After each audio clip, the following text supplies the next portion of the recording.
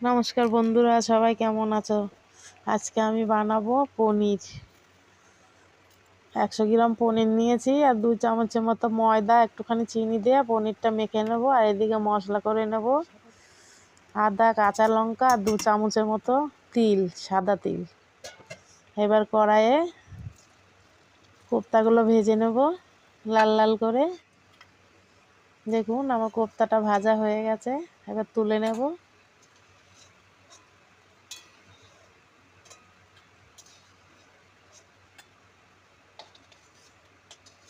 এই তেলে গোটা গরম মশলা, তেজপাতা, শুকনো লঙ্কা আর জিরে ফোড়ন দিয়ে মশলাটা দিয়ে দেবো, দিয়ে ভালো করে কষাবো। হলুদ গুঁড়ো, জিরের গুঁড়ো দিয়ে দেবো, 1.5 চামচ মতো জিরের গুঁড়ো দেবো, আর 1 চামচ মতো হলুদ গুঁড়ো দিয়েছি। আমি আলুটা ভেজে নিতে ভুলে গেছিলাম, আলুটা দিয়ে দেবো, মশলার সঙ্গে কষিয়ে নেব।